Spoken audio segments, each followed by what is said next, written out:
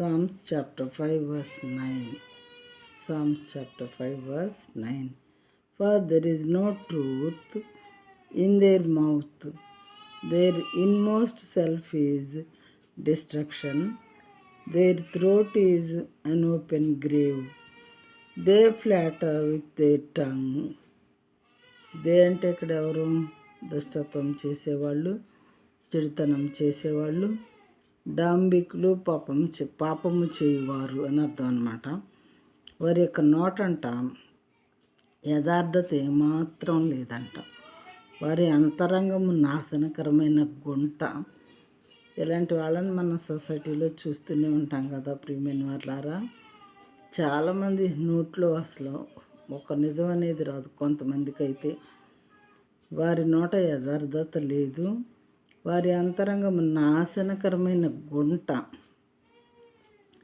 వారి కంఠము తెరచిన సమాధి.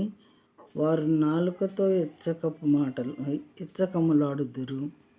అలాంటి వారు ఇలాంటి పనులన్నీ చేస్తూ ఉంటారంట. అయితే మనం ఏం చేయాలంటే ఇప్పుడు మనం పరిశీలించుకోవాలి, మనల్ని మనం పరీక్షించుకోవాలి. ఇలాంటివి మనలో ఉన్నాయా? ఎలాంటి క్యారెక్టర్స్? ఒకవేళ ఉంటే మనం దేవునికి ఇష్టమవుతామా? మరి అసహించుకుంటాడా దేవుడు మనల్ని? ఖచ్చితంగా అసహించుకుంటారు. కాబట్టి మనం యథార్థమైన మార్గంలో నడవాలి. మన అంతరంగంలో పరిశుద్ధత అనేది ఉండాలి.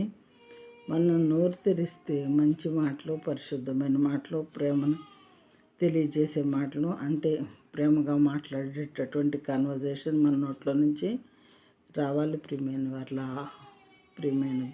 డియర్ బ్రదర్స్ అండ్ సిస్టర్స్, అప్పుడు మాత్రమే మనం దేవునికి ఇష్టమైన వ్యక్తులుగా ఉండగలుగుతాం.